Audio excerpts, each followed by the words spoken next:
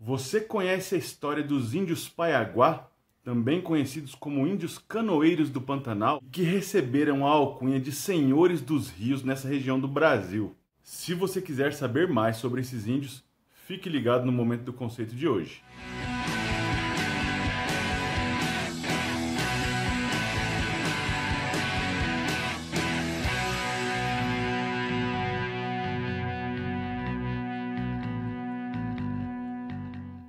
Fala pessoal, tudo bem? Eu sou o professor Bruno Tulux e hoje no Momento do Conceito nós vamos falar sobre os índios Paiaguá, uma nação indígena falante do tronco linguístico aruaque e que formava um subgrupo da família Guaicurú. Os Paiaguá eram povos canoeiros por excelência e habitavam o médio curso do rio Paraguai, bem como todos os seus afluentes, tanto da margem direita quanto da margem esquerda.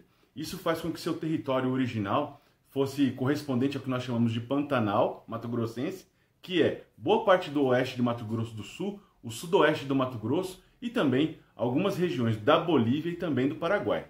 Por sua habilidade e destreza, essa nação indígena era conhecida pelos cronistas dos séculos XVI, XVII e XVIII como senhores dos rios, especialmente porque, além de serem excelentes canoeiros, eles passavam boa parte de sua vida dentro do rio navegando. E, segundo os relatos da época, esses povos só deixavam suas canoas e também o curso dos rios para a realização de festas tradicionais. E essas festas sempre aconteciam em regiões muito próximas das margens dos rios, que era o local onde esses índios se sentiam mais seguros. Historicamente, nós podemos entender que os Paiaguá se tornaram um obstáculo à ocupação não índia desta região, justamente porque, em associação com outro povo da família Guaicurú, os Mbaiá-Guaicurú, se tornaram uma grande resistência contra qualquer tipo de avanço, fosse espanhol ou fosse português, que tentasse entrar, percorrer ou conquistar essa região.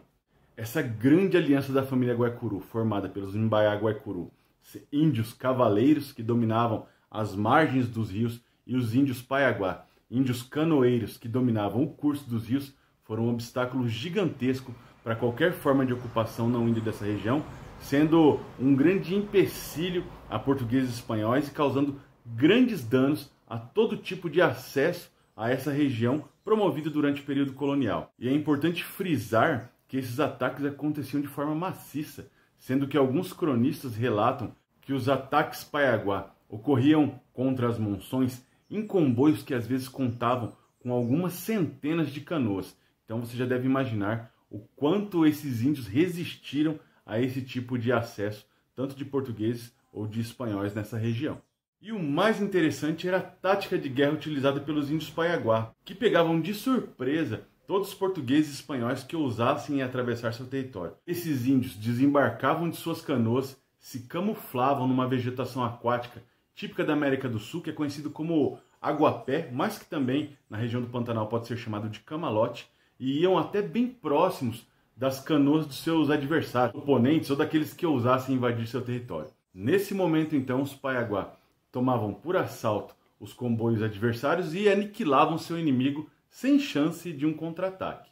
O mais curioso é que esses relatos de cronistas também observaram que os Paiaguá, prevendo uma desvantagem numérica, se aproximavam de tal forma dos grandes comboios paulistas, as chamadas monções, que acabavam chegando próximo das armas dos paulistas, molhavam essas armas e inutilizavam as armas mesmo sem conhecer a pólvora, o que potencializava o seu ataque e deixava os paulistas então desarmados diante de uma grande ofensiva Paiaguá, o que deu aos índios Paiaguá então o título de senhores dos rios e de índios extremamente agressivos com relação a qualquer um que ousasse invadir o seu território. Porém, essa grande hegemonia indígena nessa região durou até o ano de 1768, quando foi desfeita essa aliança entre os índios Paiaguá e os índios Mbaiá-Guaicurú. Isso é verificado na história porque os Mbaiá-Guaicurú já viviam em paz com os castelhanos de Assunção desde a década de 1750. E também do lado português, os Mbaiá-Guaicurú, que eram povos cavaleiros e que também se alimentavam do gado solto pelo Pantanal, pelos jesuítas, acabaram se aproximando dos portugueses que estabeleceram-se no Mato Grosso e fundaram vilas e fortificações e que tinham como base da sua economia justamente a lida com o gado nativo. Então esses foram fatores para articularem os Imbaiá-Guaicurus, as duas frentes colonizadoras nessa região, e se afastarem, portanto, dos Paiaguá, rompendo assim a aliança histórica desses índios.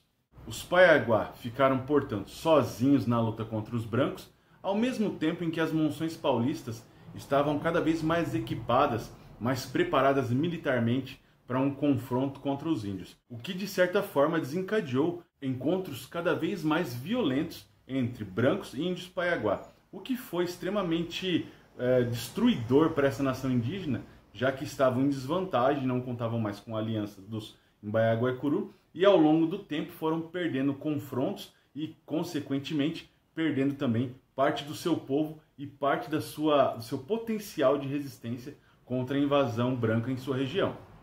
Durante quase 3 séculos, os índios Paiaguá resistiram e estiveram em contato, em confronto contra portugueses, espanhóis, paulistas e qualquer outro povo que ousasse invadir o seu território e tomar o controle dessa região onde os Paiaguás eram realmente senhores dos rios. Porém, o que se percebe pela historiografia é que em meados do século XIX, momentos antes da Guerra do Paraguai, os Paiaguá já estavam praticamente extintos do seu território original. E o desaparecimento desses índios dessa região se deve, em certa parte, pelos combates promovidos entre índios e brancos, o que fez com que os índios em desvantagem no final desse período fossem praticamente dizimados diante de uma tecnologia bélica muito diferente, mas o seu desaparecimento também deve ser levado em consideração pela perda da hegemonia desses rios, o seu território natural de sobrevivência, onde manifestavam sua cultura, sua sociedade, sua economia, o que fez com que seu espaço natural deixasse de existir. Logicamente, esses índios também deixaram de sobreviver porque não havia uma outra forma de substituir os rios, onde os Paiaguás sobreviveram durante muitos anos, por outro espaço. Então, são vários fatores que levam à extinção dessa importante nação que viveu nos rios do Pantanal, no coração da América do Sul. Esse foi o nosso vídeo de hoje. Eu espero que você tenha gostado de conhecer um pouco mais da história desse povo, os índios canoeiros, os índios Paiaguá, senhores dos rios do Pantanal. Uma história muito bonita, mas que reflete também um pouco do que foi a trajetória tanto dos povos nativos quanto dos povos adventícios nessas regiões tão distantes dos centros comerciais, políticos, econômicos da época, mas que ajudam a compreender a formação das nações nesses espaços. Então, se você gostou do vídeo, compartilha com alguém, com um professor, amigo, colega, alguém que vive nessa região, alguém que gostaria de saber mais sobre os índios Paiaguá. E é isso. Eu espero que você tenha gostado. Se você ficou até aqui, muito obrigado. E semana que vem voltaremos com um novo vídeo do Momento do Conceito. Beleza? Valeu!